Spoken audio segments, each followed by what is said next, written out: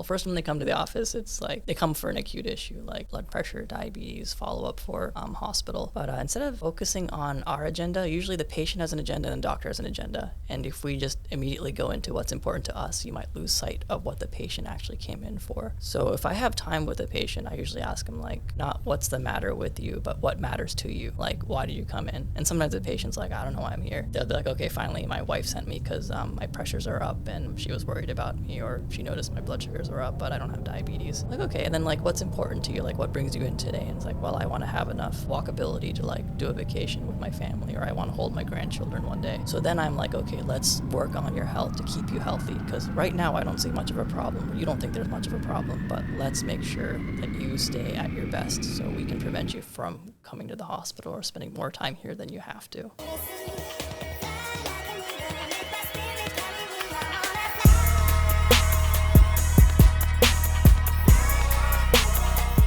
Welcome to Only the Greatest Podcast. If you're feeling stuck and unsure what to do next in your fitness journey, we might be what you're looking for.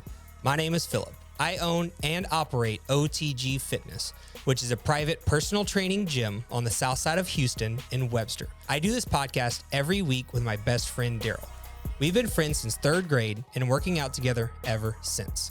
Also joining us today will be Sean. He's the one that makes this podcast not only sound great, but look good as well. Our goal here is to help Houston make its way up the ladder of health and fitness. So if you're in the Houston area and ready to become the greatest version of yourself, be sure to like and subscribe on your favorite podcast platform.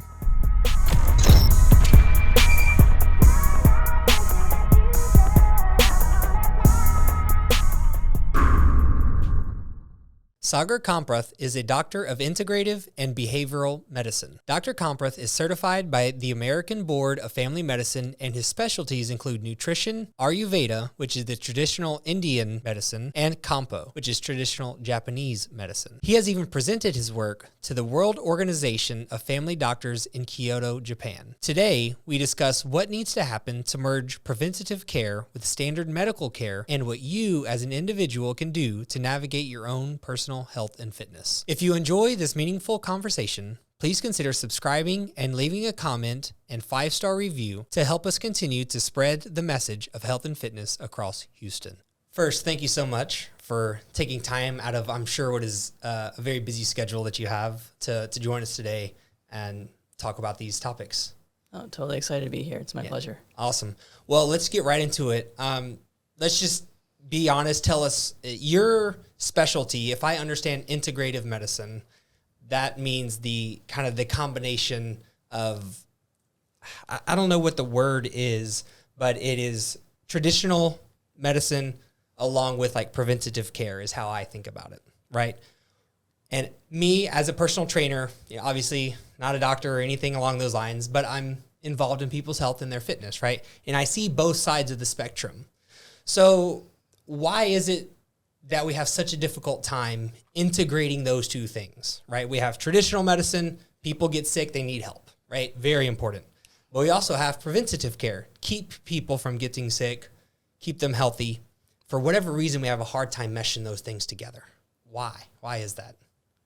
Well, I think traditionally the educational system kind of limits ourselves to merging the two. So integrated medicine to me is the combination of Eastern and Western medicine, preventive modalities versus acute modalities that we usually do in clinic. Western medicine teaches us to treat the issues that come to us in clinic, but preventive medicine wants our patient to be holistically healthy.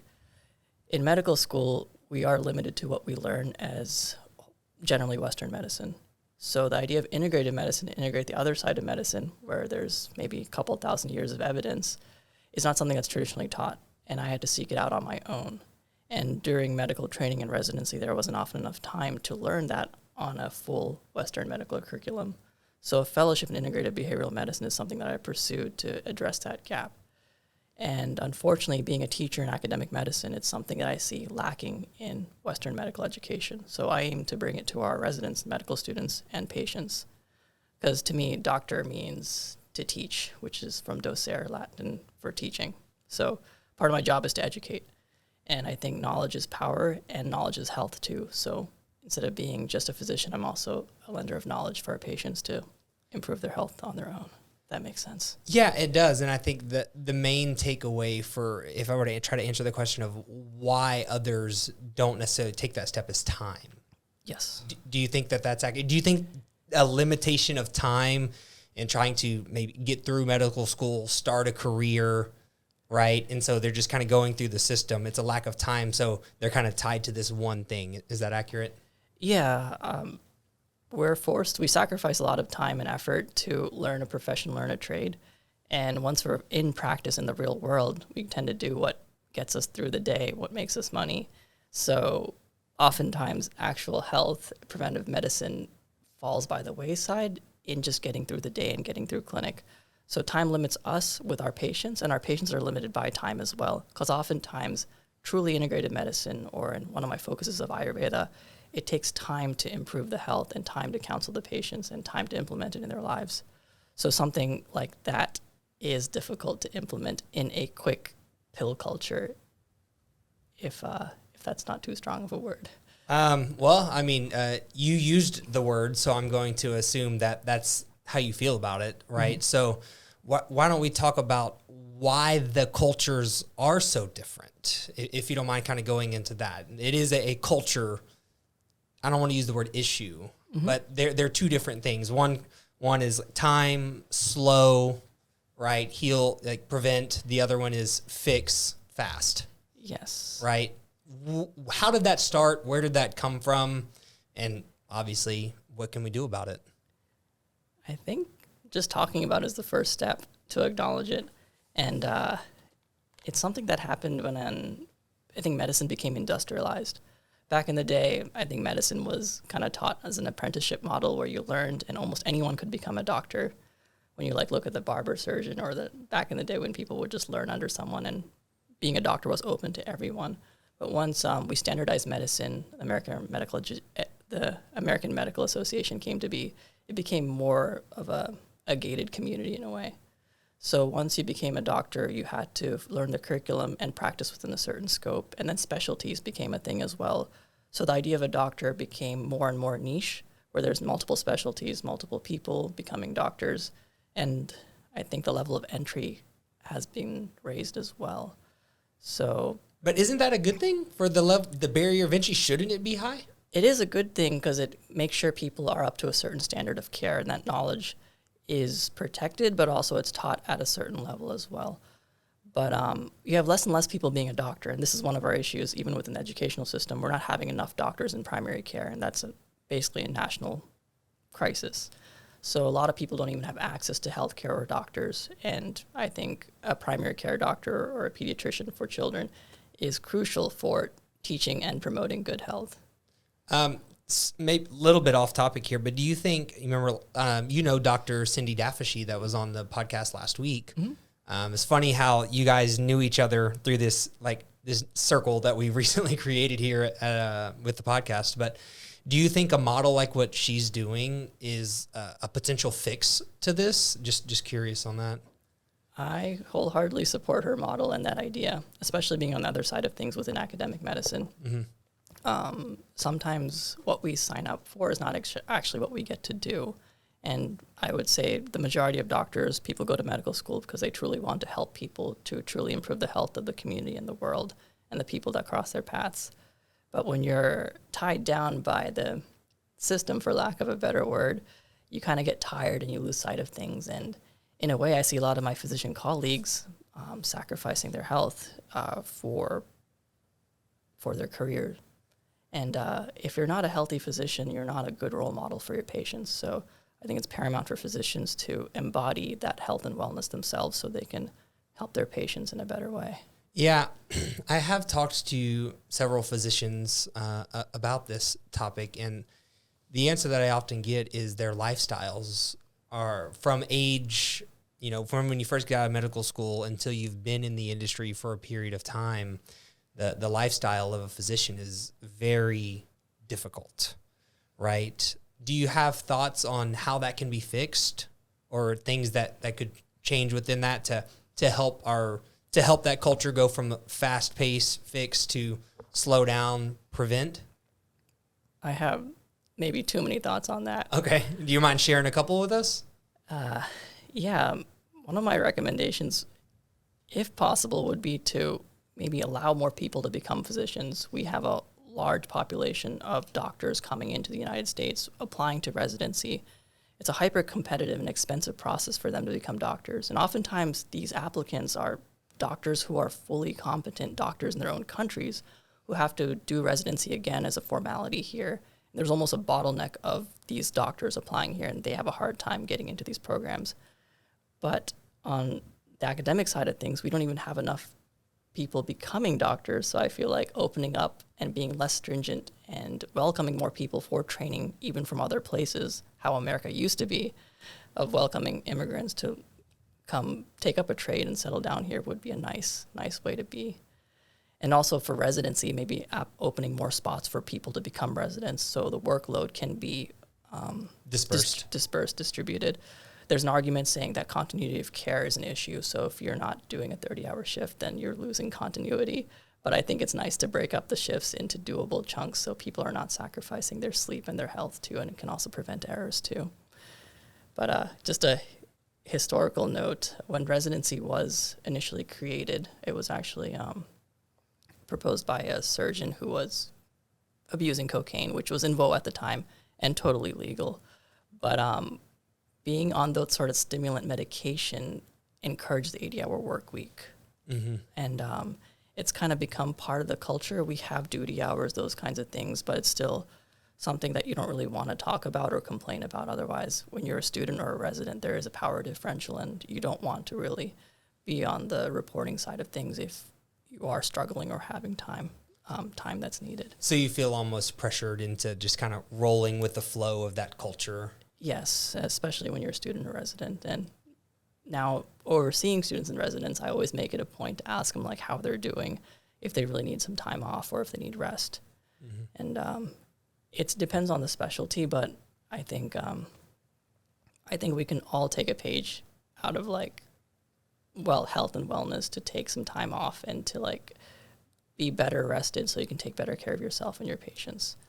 So, and we take work home with ourselves, not only family medicine, but other specialties as well. So the work never truly ends. And when you're actually working with patients, you carry those emotions and burdens with you too. So there's a lot to deal with. Yeah, so it sounds like it's a really top-down type of issue. So from the very beginning, it's this fast-paced, more kind of situation going on, and now that leads into when you actually start your career, same things happening, and now that I don't want to use the word belief system, but it's kind of like that core system kind of leads into the business, the practice as well, which then goes into the patient, which now is part of us as, just general population people feel that same pressure. And maybe that's where you use the pills and the things come in and the medications to be fast all the time.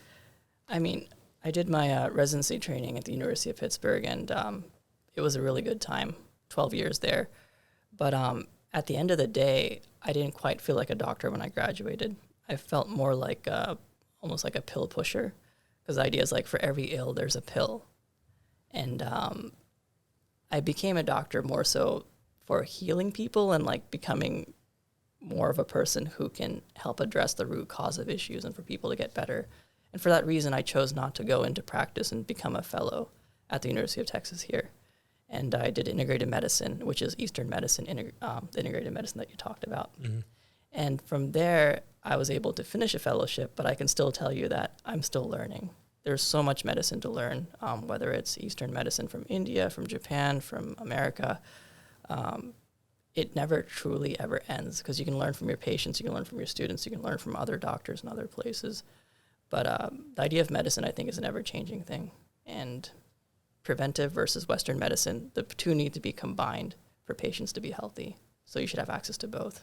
Yeah, I do agree that access to both is important. And unfortunately, I feel like, and the main reason I wanted to talk to you about this topic is I feel like we've created a dividing line. You have, unfortunately, a lot of people that aren't necessarily MDs or physicians preaching certain, things that they shouldn't be saying, right? I have heard some real wacky stuff out there, right? And then they also talk down on the traditional healthcare system, which, yeah, is it perfect? No, but are there reasons to have it?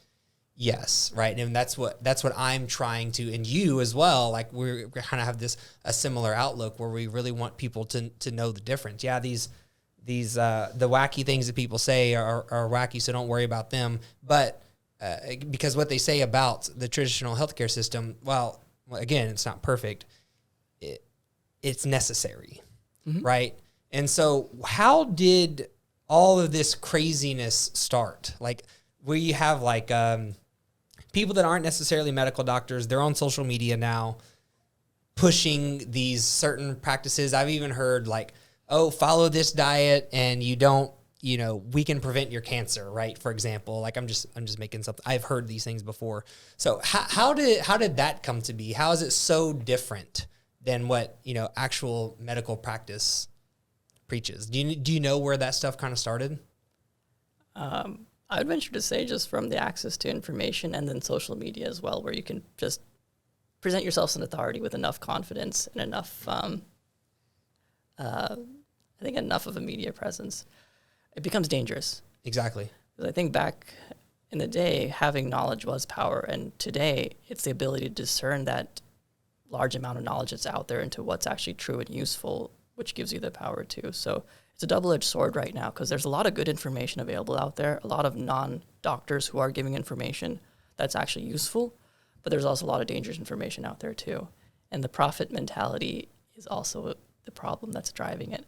Because you can actually Google supplements on Amazon, and it's a whole industry where you can make a lot of money. And maybe there's some good ones out there, but there's a lot of fluff and even some dangerous supplements out there too. So part of integrated medicine for me is actually reviewing supplements from patients and making sure what they're taking is safe, because usually they're afraid to report to their doctor they're taking the supplement or they're doing something that's off the books or something that's not approved by their doctor. And my own colleagues sometimes would look at these supplements and say they're all bad because they're not comfortable as well. So there's a combination, or there's a intermediary where you're able to look at this as a non-judgmental party and ask your patient, hey, what are you doing? Are these supplements safe and healthy? And let me go over them with you to make sure you're doing well. Yeah, for sure. The profitability of looking like an expert is probably what drives a lot of that. Yes. Very, very dangerous stuff. How does someone end up? You said that they'll talk. You'll review someone's supplements that maybe they wouldn't discuss with their doctor. Mm-hmm. How does that person get in front of you? Like, what's the road for them? I'm just curious. Like, to get to you.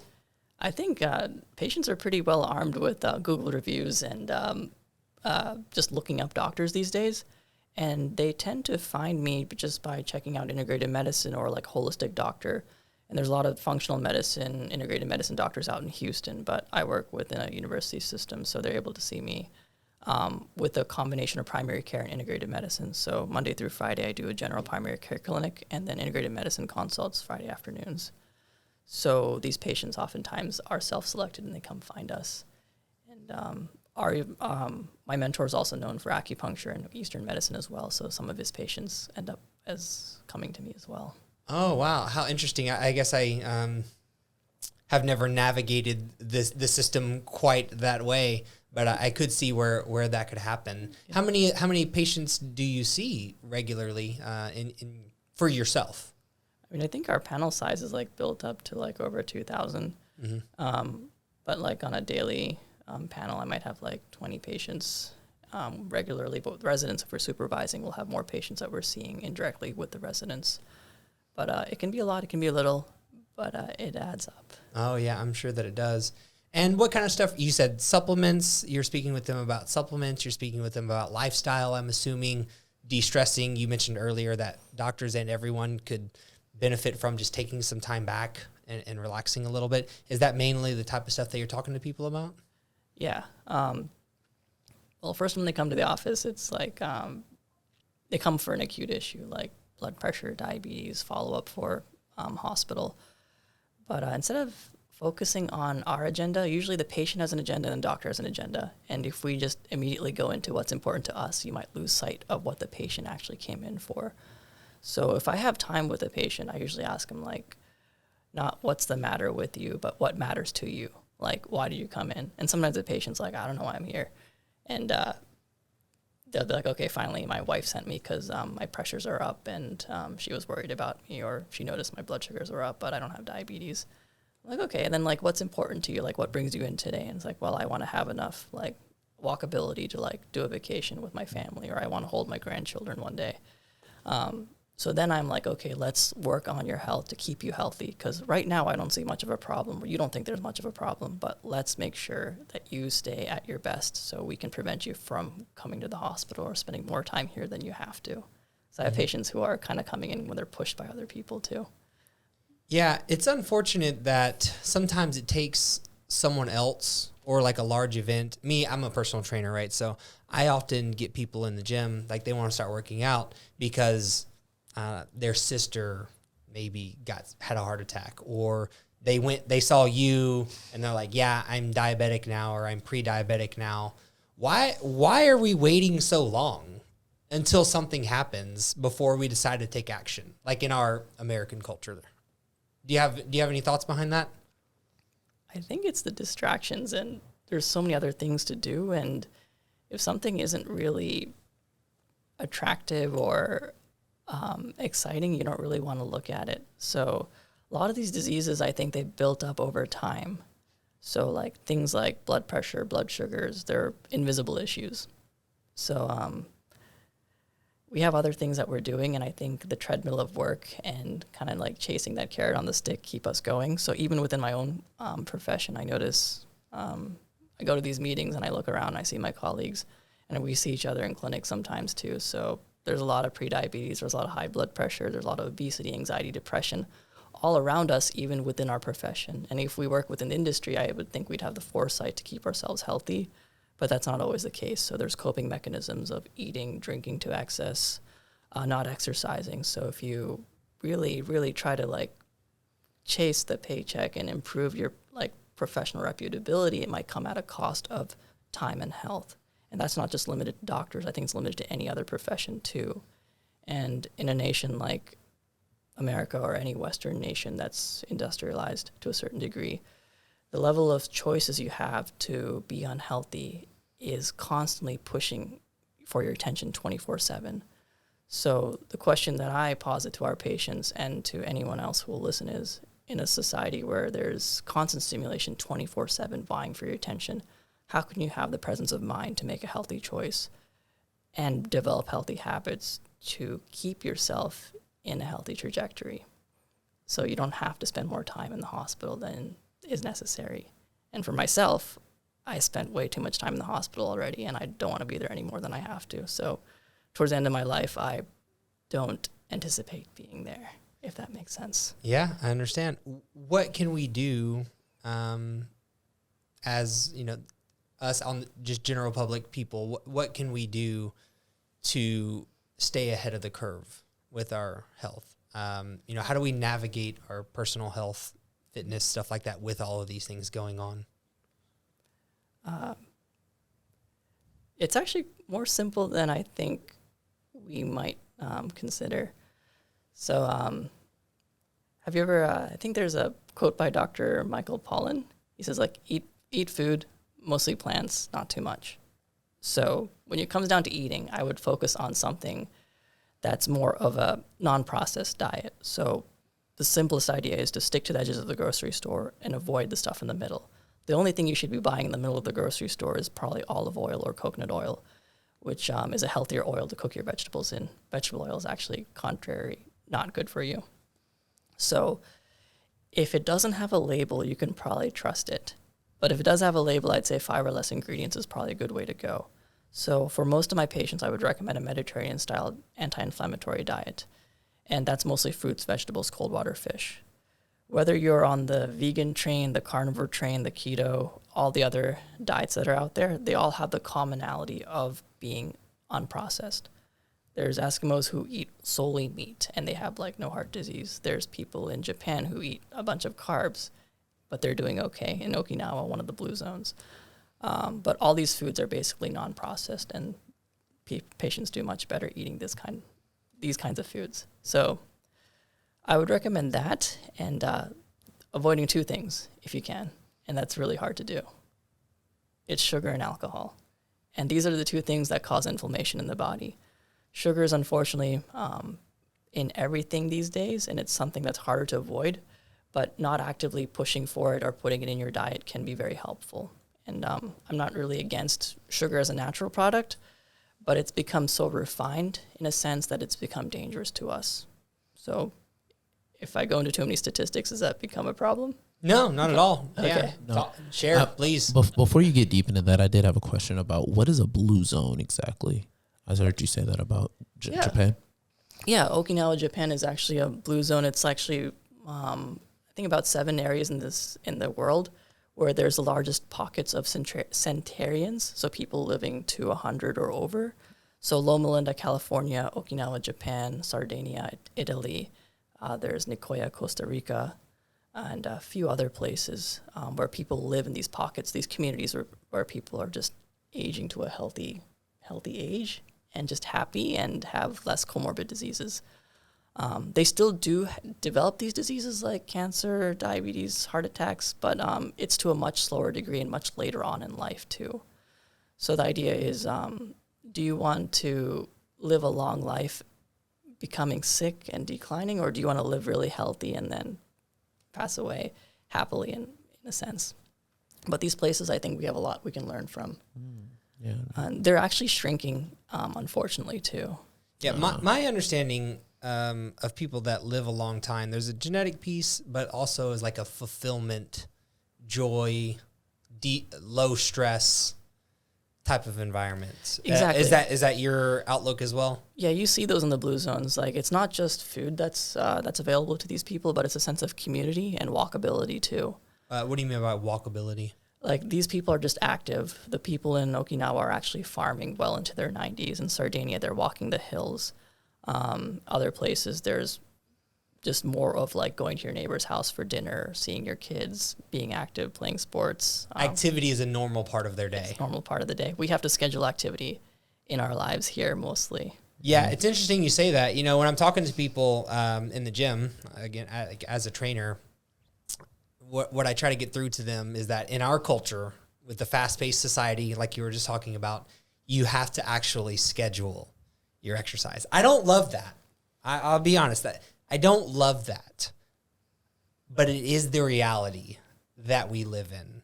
Totally. You know, what are your thoughts on that? Do you think it's good? Do you think it's bad? Do you think it doesn't really matter either way? Oh, I don't think it's great. It's a sad fact. And if it's built into the schedule or like encouraged to be part of your day, I think it would make a huge difference. There's certain companies, I think, that actually get their employees to exercise.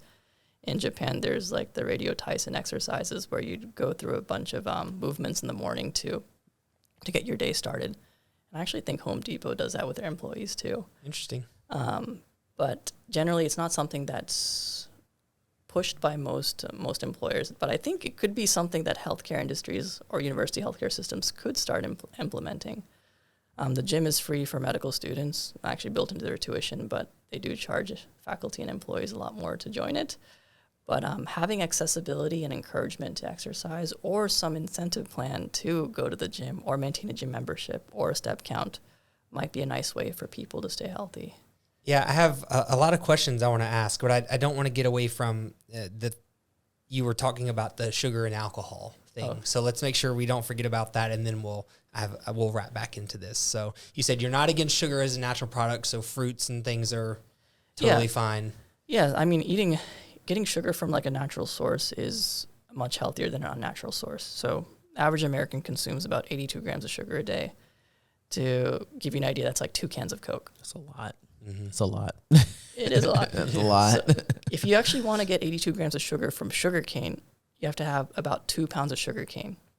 And if you can consume 2 pounds of sugar cane, that's pretty impressive.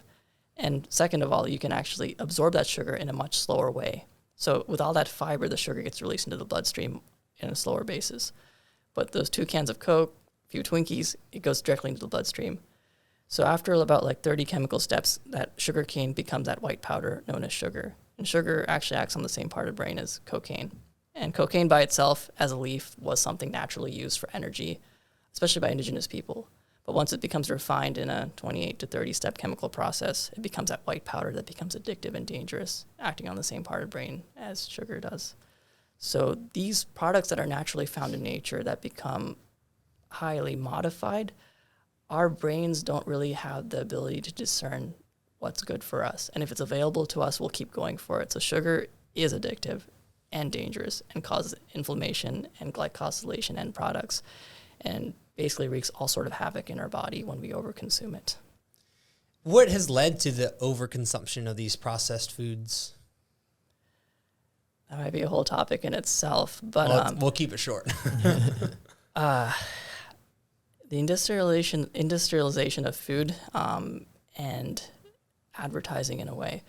So just briefly, when big tobacco became under scrutiny for promoting smoking to the general populace and children, they focused on something that was much more family friendly, which is food. So if you look at Kraft, Nabisco, General Foods, they're all subsidiaries of R.J. Reynolds, which is big tobacco. So you have the geniuses behind big tobacco who know human psychology and advertising, marketing foods that are addictive and unhealthy towards people. So a lot of the foods that are supplied to our hospitals, school systems, prison systems are all coming from these people who know what we crave, what we desire. And at the end of the day, it's not about health. It's about what can make you keep coming back to this food. So making it more addictive, making you keep as a repeat customer.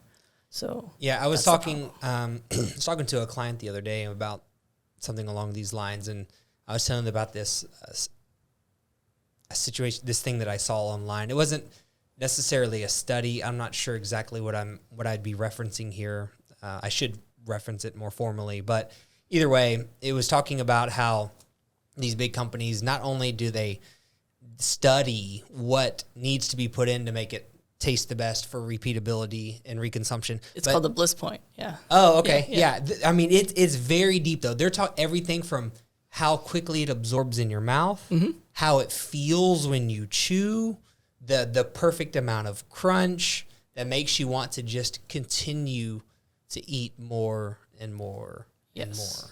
The science behind a cheese puff is unfathomable. Yeah, that's pretty much what I'm saying. Yeah, there's a ton of science as that leads to why you can't stop eating the chips, or the candy and stuff like that. Yeah, so at the end of the day, it's not the patient or the people who are really at fault here. It's that our systems are being hijacked by very, very smart people here.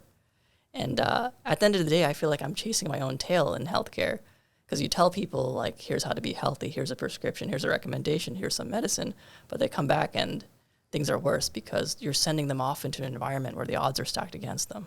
Yeah, it's exact same thing we talked about exercise, right? If exercise isn't in the schedule in our culture, it's not going to happen. Same thing with food. If you just kind of live your life, you're going to be unhealthy. Yeah. Here where we live, here in Houston, right? If you just live your life and go by, you hang out with your friends, go do what's normal, right? Follow the crowd. Nurture, right? The nature and nurture thing, right? You're gonna be unhealthy. It kind of reminds me of what Lee was talking about last time we had him on the pod, or the time before last, and he was saying if you're not thinking about what you're gonna eat like all day, then you've already lost. Yeah, you're probably gonna lose. Yeah, because in our society, you have to think that you have to be ahead when it comes to your food. And kind of same with exercise. You mentioned alcohol as well. I feel like everyone knows alcohol is not good for you, but why do you name it as like one of those two things that's so critical? Well, the two things that cause inflammation in the body are sugar and alcohol. And if we look at like healthy aging and inflammation, there's a concept called like inflammaging. So the longer we live, the more insults you put your body through.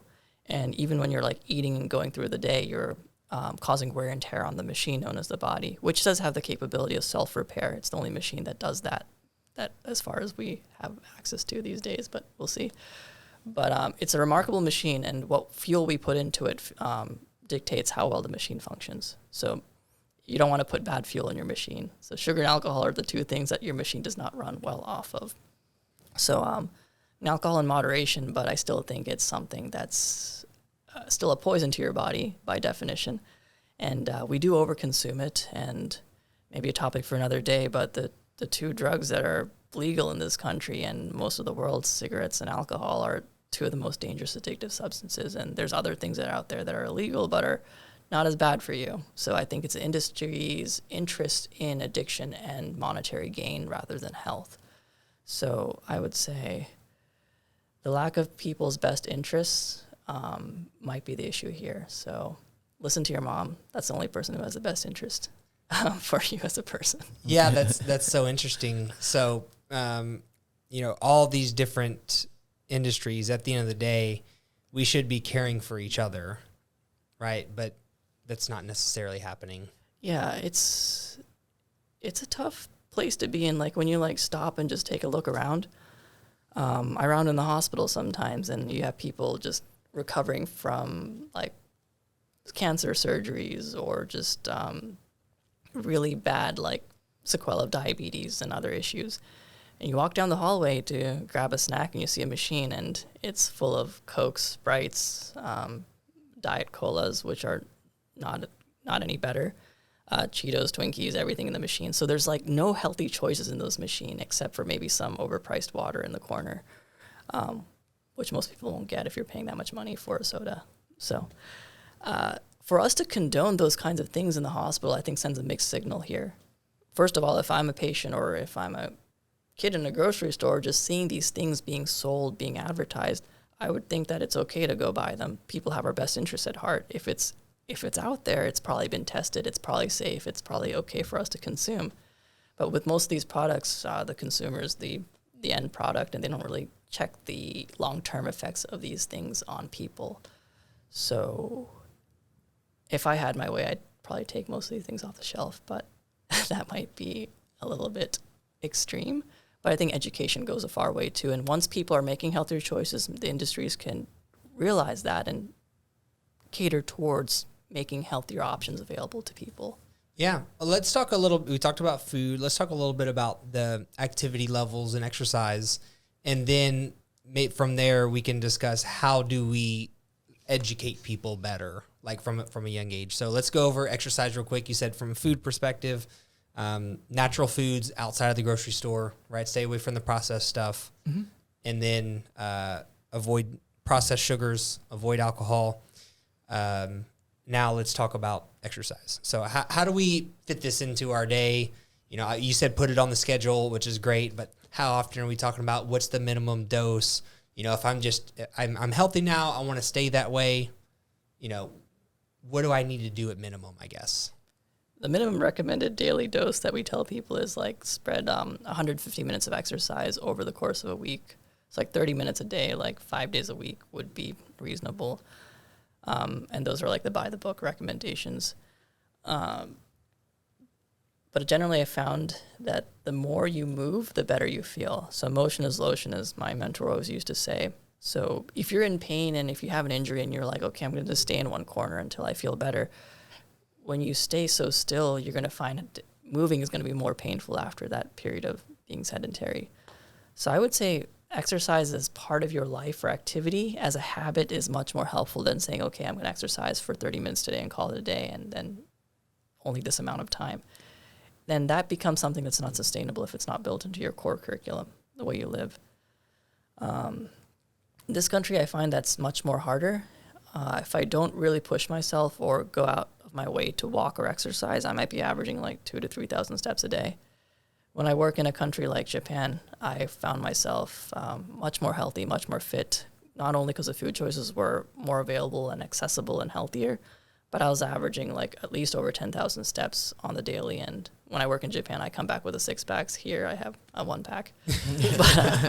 Well, I've been to Japan, and you have to move around a lot, for sure. It's just no one has a car. You have to take the train, and your daily commute is like 1 hour back. So you're always walking. You're always on your feet, and you don't think about it.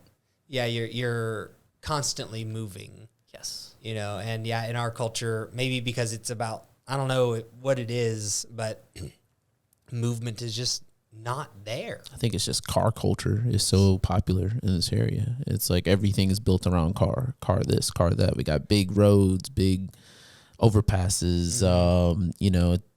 I don't know a whole lot about it. I mean, I'll tell you my reference is like a TikTok that I was watching, but he's talking about how dangerous car culture is. And it's like, as someone who likes cars, it's kind of a bummer to hear that, like, man, they're kind of killing us in a way a little bit.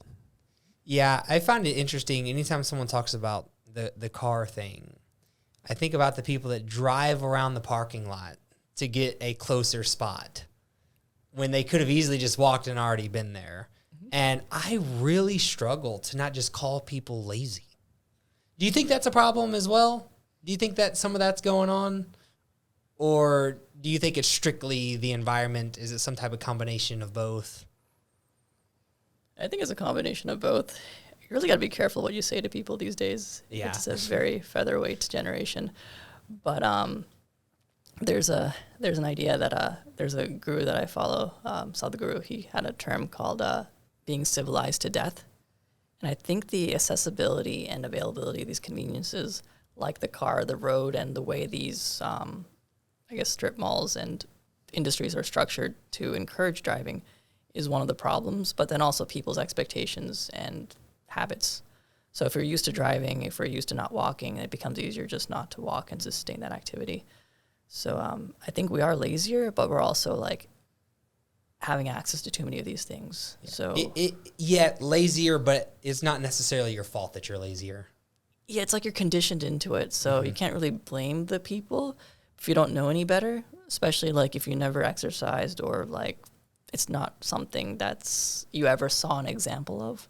Right. Yeah. I always think of kids, kids only know what they're taught. Yeah. And if they're never taught any different, they're from age 5 to 10, 15, 20, 25. Well, eventually that 10-year-old is going to be 30. Yeah. And if they were never taught anything, then, we're not moving in the right direction. So let's talk about how do we teach them? How do we get educated?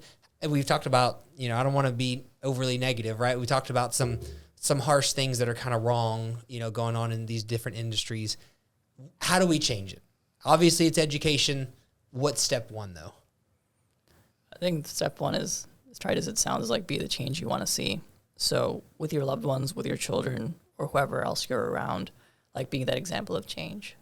Like picking up a healthy food, starting exercise, signing up for a gym, like making those micro changes. You don't have to do everything at once. Like don't do 100% or 180 change in one day, but be 1% better every day.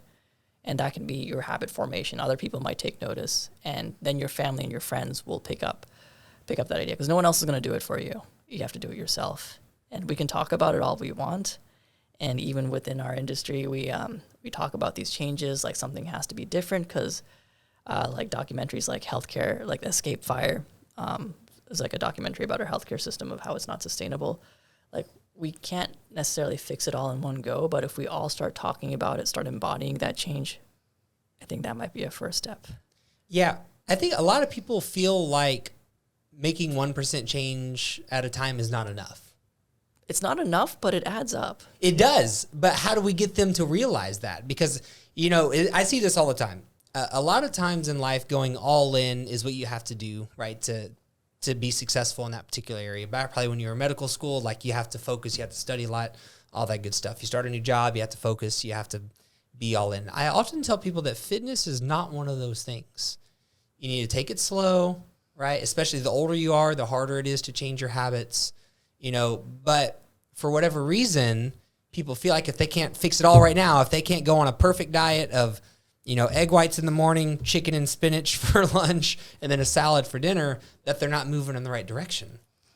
Do you see that a lot in people? Yeah, you can't make drastic changes because maybe you can do it for 1 or 2 days, but then you're going to give up.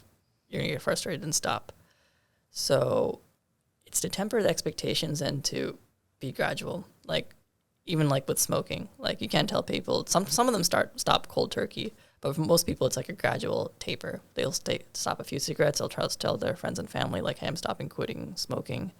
And eventually they're able to cut down. But if you try to get rid of it right away, you'll have these withdrawal symptoms and not feel good. So I think drastic change is a lot to ask for unless you're personally highly motivated. Mm-hmm. So I don't push people too hard until they're ready. Yeah, that's good. And unfortunately, sometimes it's for someone to get super motivated, they're kind of not the point of no return. It's always possible, but maybe their condition, they're already diagnosed with a particular condition or something like that, and then maybe that's the time when drastic changes become more important, right? Yeah, if there's a wake-up call or some huge life event that makes you motivated or calls into question your current habits. Mm-hmm. So, yeah, I think it's an individual case-by-case basis sometimes. With your experience in different cultures, I'm particularly talking about like young people here, like kids, children. Do you think there's anything that could happen in our education system to help with healthy habits with kids? Because they just don't know. You know, it's not their fault, right? We're talking about educating people. Do you see a future for our children to learn these things at a younger age? I do, if we allow them to. Because if you actually just pay attention to kids just in their fullest sense, they're doing most things right. Biomechanically, they're crawling and they're walking right. They're playing, they're not judging, they're like the purest essence. But at some point in time, they pick up an ego, they pick up a habit, and they become the person that they become as an adult. But until about age 7, kids are just picking up what's around them. So if we can show them a good example, they can sustain what they came in with. So I'd say like school systems like Montessori, or where students and children are encouraged to learn to play and to figure out things on their own, can be a nice way to have education be more sustainable and education in the truest sense. Because if we start making everyone the same and to think the same way, I think that kind of cuts out individuality. And school itself kind of becomes those factory line kind of deals where you go there and your soul becomes kind of drained and you're not happy. And do you think that's affecting people's health? Totally. Right? Yeah, we have a disconnect in our culture as well, I believe, where people forget that their mental state is part of their health as well. Now, mental health has become much more in the forefront, which is great, right? Those are good things. But look how many fit people on the outside are not necessarily fit on the inside, right? Because they have this kind of feeling of just like going through the motions, like you're saying, right? So health encompasses all of this stuff, right? Yes. And so, you know, if one, like you're saying, if kids feel stuck in a rut, so to say, their health is not actually at the forefront. Yeah. So we need to give them the opportunity to do different things. And then, yeah, and also just a time and place to like be kids. Because I think with school culture and the grind to like get into good colleges and good schools, there's really not a point in time for kids to just be kids. It's after school, there's more tuition, there's more clubs, there's things to learn than to make applications. Like it never truly ends, and sometimes these kids actually lose the opportunity to have a proper childhood and not have that self-development that they so need and deserve. So especially with this generation, I think we're seeing that a lot with anxiety, depression, and mental health diseases in the younger population. yeah, and intertwined with all of that pressure is their lack of exercise, lack of proper nutrition, and now their health is being declined, not only emotionally, but also physically. Yes. And then we have the whole medical culture related to that too, of like stimulant-based medications for learning enhancement. So ADHD and things of that nature. Yeah, no, those drugs seem to be very popular. Very, very popular. These days. Well, what is the healthcare system as a whole? Do you feel like it has a future or a way to, you mentioned earlier, I was not familiar with this, I guess someone said that our current healthcare system not being sustainable. I've not necessarily heard that. I'm interested to hear about that. But my question is, what needs to happen within the standard healthcare system to help us integrate, right, proper medical care and preventative care? I think it's kind of a return to form of what doctors used to be. So like spending time with their patients and holistically addressing their health and their concerns and being there for them from the very beginning and through the end as a counselor, as a confidant, and as a physician. So what Dr. Dafashi has in direct primary care, where she's afforded a smaller patient population to spend more time with and help, I think can be very beneficial and crucial. And that can reframe what patients expect of doctors. Because traditionally, if a patient goes to a doctor in a healthcare system with insurance, that doctor may not be able to do everything, and they'll be referred out to other specialists, and that takes time, effort, and money. And oftentimes things are denied. And even as physicians, we can't prescribe the medicines we want to patients because there's certain insurances that accept one medication versus another. So your hands are tied. And when you're trying to do medicine or play doctor, you are limited by what the system allows you to do for your patients too. So there might be a better answer for some patients, but you can't do everything in your scope of care because you're limited by the system that we practice in. So I think a system where doctors are more autonomous to make their own decisions to help their patients and to maybe partner with big pharma where you're not actually fighting against medication costs or patients being able to afford their insulin might be a way for us to go. So it's not sustainable the way that medicines are run as an industry. So I think we're talking about it, and dialogue is the first key. And the analogy that I was referring to earlier was a documentary called Escape Fire, and they made a metaphor to the healthcare system being like a sink that's overflowing with water, and we're just cleaning up the water on the edges of the sink, but not actually turning the faucet off. So it's a good metaphor. I like it. It's not unsustainable as in it won't continue to...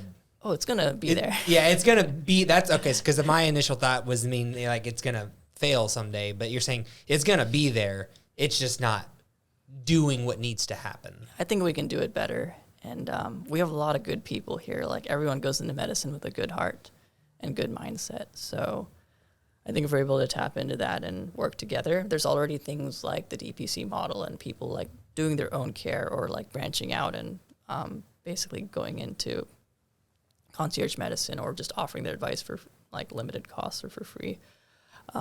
We have the tools we need to be healthy. It's all out there. It's just the knowledge and the time to pick what's good from the overflow of information out there. Yeah. So what are your steps? What are you doing to try to push this forward? Do you have plans for your future? You're very young. You're young, doctor. We're like almost the same age. You know, it's very rare that most of the time when you meet a doctor, you think of like someone older, right? So, but you have a big future in front of you. What are your plans for yourself personally to continue to push forward with the model of medicine that you'd like to see? I think my plans started growing the longer I stayed here. Initially, I never saw myself in this role. I was actually going to pursue a second fellowship in Japan in Kampo, which is complementary alternative medicine in Japan's sense of traditional Chinese herbal medicine. But COVID happened, so I never actually went and did that fellowship. I stayed on as faculty in my current position. And once I started teaching classes with the medical students, I realized I like teaching. And if I'm able to work with this next generation of doctors and impart good values on them, that can make a huge change in the healthcare system. So I remain in my current role just because I have the opportunity to work with these young doctors, and having good humanitarian doctors thinking and building a mindset from the very get-go can change the healthcare system exponentially as they become doctors and as they teach their own students. So I think education and being in this role is one of the greatest acts of service and keeps me motivated to stay in an industry that's an industry, for lack of a better word, rather than an art. Yeah, and I applaud you for that because it sounds like something that would be very difficult to do. Do you struggle to continue to fight for something that is so difficult? I think every day, all of us do.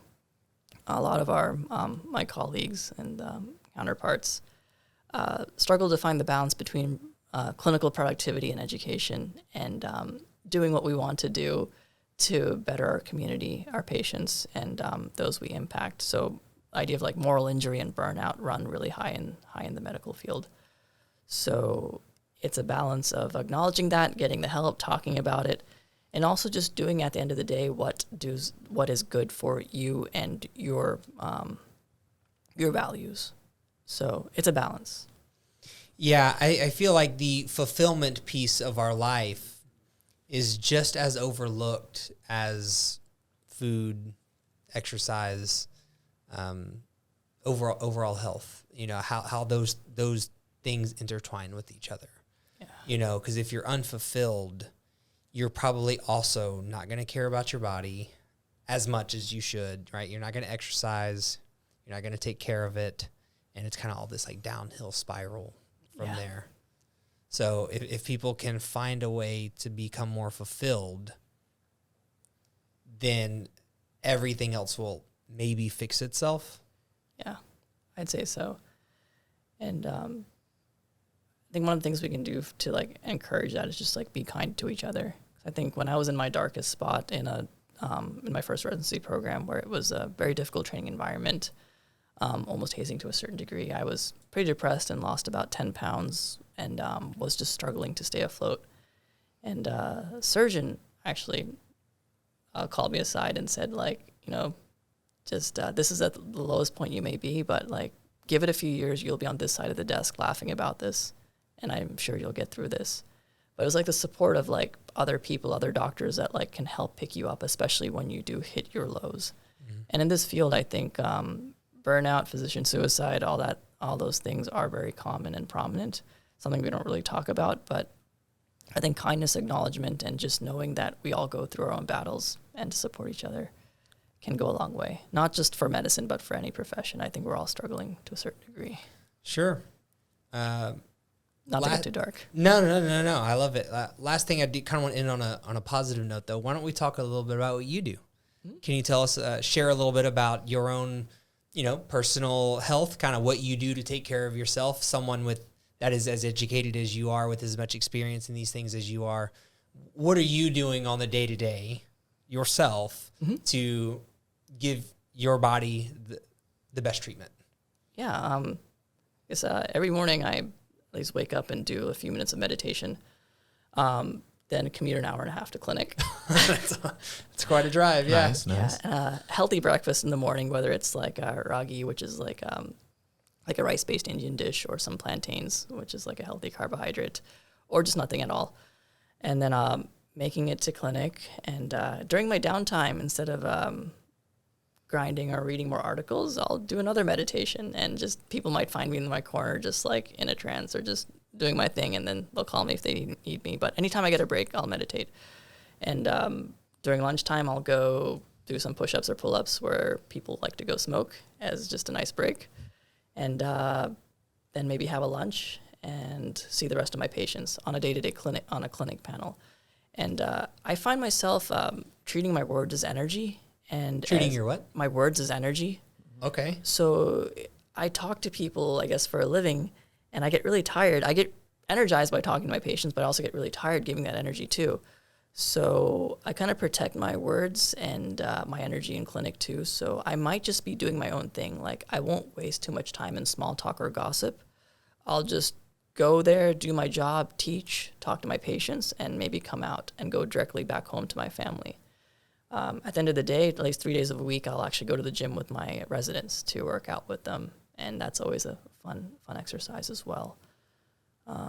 Yeah, I can definitely relate to your words being energy. I never thought about it that way. And at first I was like, what do you mean?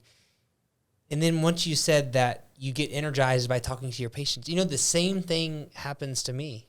Like, I'll be talking to clients because I talk to people about their fitness all day long, and they're asking me questions and stuff like that. And I very much get energy from that. It is draining sometimes, like you said, for sure. But discussing things that you're passionate about with someone that wants to hear it is very energizing. Yeah. And you learn from these people too. Oh, yes. So sometimes I ask a patient, like, I had a patient who was really sick when I was a resident, ruptured gallbladder, ICU stay, like had no reason to be happy. And she was just sitting in bed one day just smiling. And I was like, at the end of the inpatient rounds, I was like, hey, like, can you tell me why you're so happy? Like, it's just interesting to me. And she's like, attitude of gratitude. That's all you need. And she was just like so grateful to like be alive and be in that state to get help that she improved. So those kinds of patients where you just like can learn something from them, I think is pretty profound. And it puts us in a very interesting position too, to be at this stage where we can get these intimate details from the people that we talk to. Yeah, that is so amazing. What's your trick to these short meditations? Like, you're in a environment of hectic, I'm sure. Yeah. There's noises all around. There's people around. How do you make that happen? I kind of like welcome the noise and the distractions. So like there's some interesting visualization you can do is like visualize number 3 like 3 times and like focus on your breath and just see how your breath goes in and out. And then when you do that, visualize number 2 like 3 times. And when you see that number 2, take all the noise that you're hearing and relax even more. You welcome the noise. And then 1, and then you're in like a more relaxed state. It's like a quick meditation, like you can even like look up on YouTube, like get you into that like theta state to relax your brain waves. But just focusing on the environment and being curious about what's around you, what you're hearing, and internally you can start focusing on your heartbeat, the pulse in different parts of your body. Like the things that we don't actually notice, you become in a meditative state. So whether it's noises outside, you'll start focusing on noises inside. And there's a lot of noise on the inside. When we start listening to that noise on the inside, it becomes quieter and you have more insight. So I feel like nothing's really happening, that this is all just like a waste of time sometimes. I should be doing my notes or something. But the cumulative effects of the meditation I notice are profound. Like it's almost like being a kid again, or just being in a new place or a new time. Like everything's interesting. The colors are more vibrant. It's a natural antidepressant. So I would say do it, but like don't feel discouraged that nothing is happening, but do it over time. Make it a habit. Welcome the distractions and do it over time. Yeah, I think that helps me a lot. I have a hard time with meditation. It's very difficult for me. Yeah. I mean, I do too, but like sometimes just like turning the things off really helps too. So like I find myself when I'm like productive, maybe too scattered. So in clinic, I might have a bunch of messages open, emails, patient calls, and all this stuff is happening, but I feel like I'm not actually getting anything done. So it's like having your cell phone on for days at a time and multiple tabs open. So the operating system is going to get very slow and lanky. So if you turn your phone off and do a hard reset, all the apps shut down and you get a break and the cell phone stops overheating. So same thing with your brain. You have all those apps and those tabs open. So you shut down the external stimuli and just let it reset, take a break. Then you're able to focus and come back into your tasks with a new vigor and new attitude. So it's like turning your cell phone off. Yeah, that's a great metaphor. Is that what you call it? Yeah. That's amazing. Yeah, it's a very good one. So we're quick meditation in the morning, nice healthy breakfast. Do what you need to do at work. If you have time, try to separate yourself. Yeah. Right? A little exercise in there if you can. 3 days a week, structured exercise. Yes. Right? Anything else that you personally do that you find very helpful for yourself? Yeah. I don't think anyone from work's listening at this point. So I usually skip meetings to go to the gym and exercise too. So I kind of choose the things that are most valuable to me. So this came after some time, but the ability to say no and not to pick up tasks that are not really useful to myself or my future. So I would pick and choose activities that are bringing joy to my life. So we had this special research meeting that all young faculty were encouraged to go to like once a month. It was like 2 hours of our time where we would be very excited to discuss research opportunities, and I would call it jonesing for research, like making research projects when there may not be much. I would say let's do research when there's an actual passion for it. But anyway. Need, yeah. So I would skip these meetings and go play Ultimate Frisbee and show up like 2 hours late to the meeting, like all sweaty. I did my best to get kicked out, but they never did. But anyway, choosing those activities where I was happy and healthy. So Dr. Kamprath, the bad boy, man. The bad boy, the medical field, man. No, then Frisbee like actually became a thing. Like this actually run the student group, and the students and the residents and other doctors come to it. I recommend it to patients too. So like it's a form of high intensity interval training where you're like chasing the Frisbee like a dog, and you're getting good exercise. Like I can't run long distances because I get really bored. So this HIIT training is actually much more healthier for me. So this was a really happy activity for me that I would do in lieu of other non-productive activities. But then again, if that's your cup of tea, you should go do that. But for me, I choose what's beneficial to me. And that's a pattern that I've been repeating. So I may not have the career advancement or paycheck of someone in my years of practice, but I think I have the mental fortitude and health that comes at the cost of maybe that. But ideally, a combination of the two would be better. Yeah, I think it's a very simple way to look at it. Do what's best for you in each moment. Yes. So every day, do what's best for you. Physically, mentally, spiritually. Yeah, put yourself first there. Yeah, and if you do that day in and day out, you're probably going to be healthy, live a nice long life, instill that in your children. Yes. And now our world is turned around. Yes. So, yeah, if we can get the top down to do that, I think it'd be a good start, but I think it'll be small waves getting to the top. Of course, yeah. Anything that is requires overcoming like this, it's going to take time. Like none of these things are going to happen quickly, right? Yeah. So slowly but surely, same with your health. Like you said, 1% each day. Change small things, do what's best for you.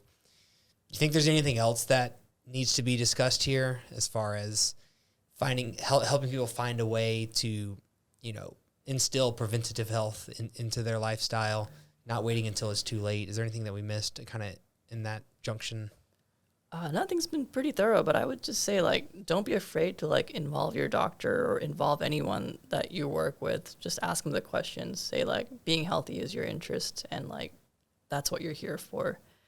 Because if you get, a young patient coming in for just a yearly physical, you can just check the boxes and send them home really quick, but then you can also just take the time to ask them about their home life, their diet, their outlooks, their future, what they're studying, and just to make sure they're heading in a healthy trajectory, too.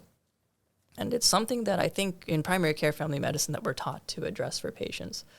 But as a profession, it's not something that we often talk about, because once you become so specialized, you might lose sight of the other parts of the patient. So I think it's something that we should all remember as physicians or healthcare providers. I think other healthcare specialties do a better job of that, like physical therapy or chiropractors. They tend to get into their patients on a broader basis sometimes, because they might have that time. So if we had the more time with our patients, I think that would be wonderful as well. But again, I think people like Dr. Dafishi are doing that in their DPC models.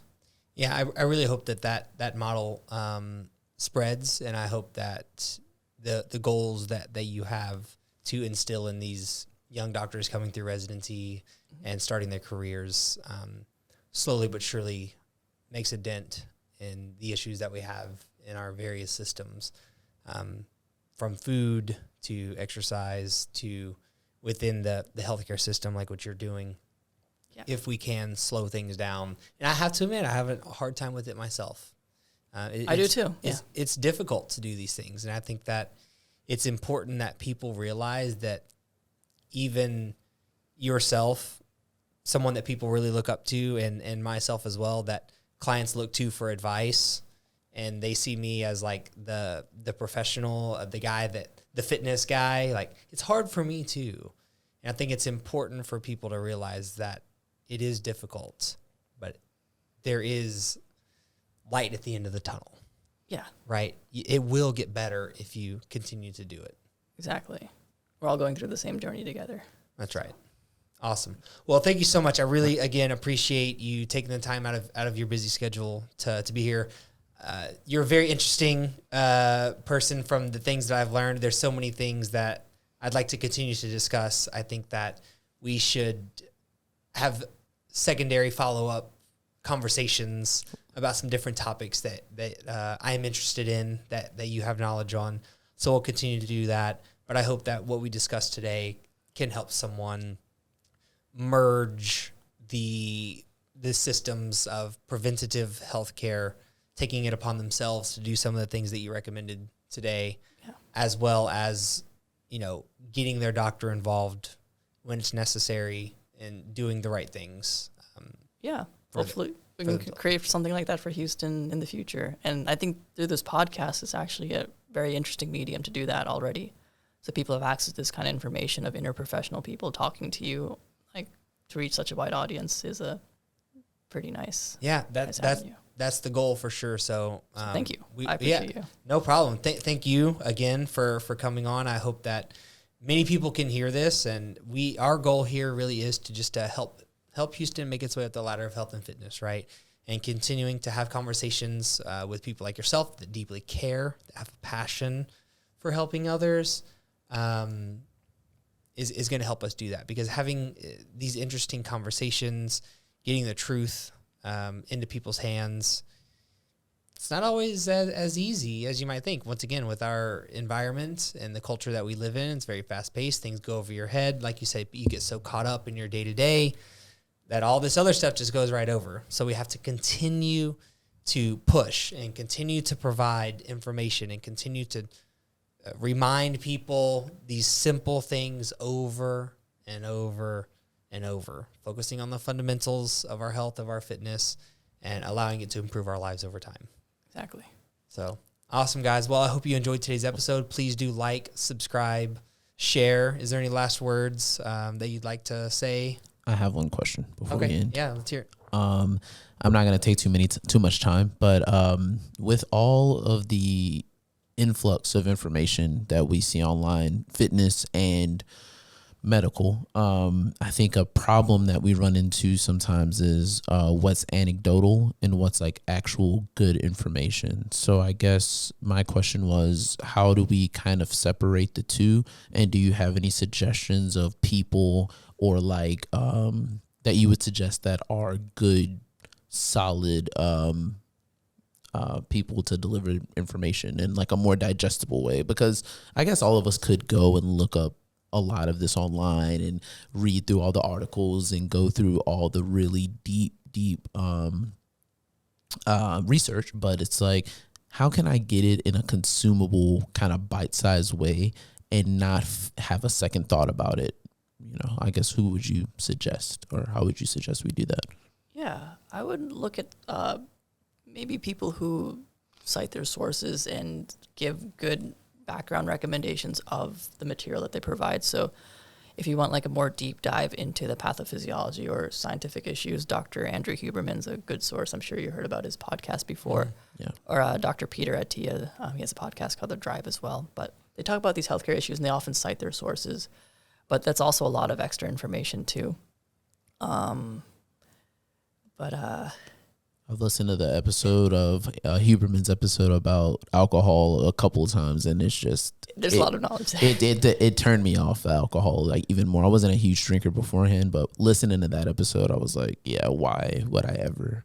It makes no sense. Yeah, it makes no sense. But for like Ayurvedic things, there's a quirky YouTuber in India called the FitTuber who does these like skits about like healthcare products and like healthy habits like yoga, food, meditation. Okay. So FitTuber is another one.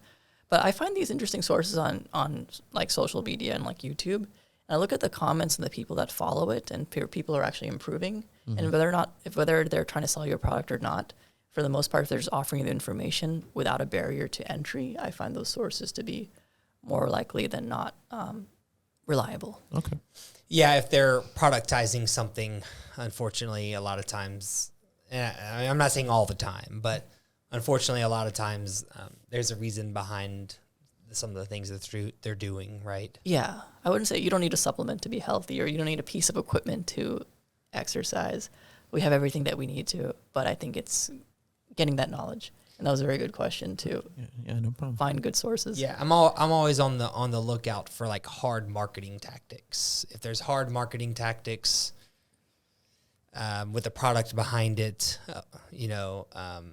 it's likely not of the best quality information. Finding citations are very important, mm-hmm. right? And that's why for us, like, we don't try to speak on those things because these are not things that I have the ability to do that with, right? So I talk to professionals like yourself and just try to spread good information, let people know that they should be eating better, mm-hmm. exercising, right? Focusing on the things they can do, not the things they can't do. Yes. Situations like that.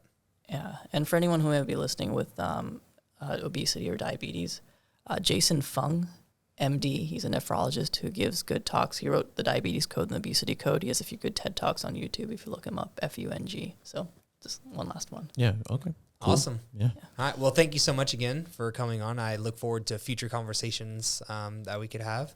And again, guys, if you're listening to this, please do like, subscribe, share it with someone. This is information that needs to be put out there that we as individuals need to be educated on. So I hope this helps, and we will see you next time. All right. Peace out.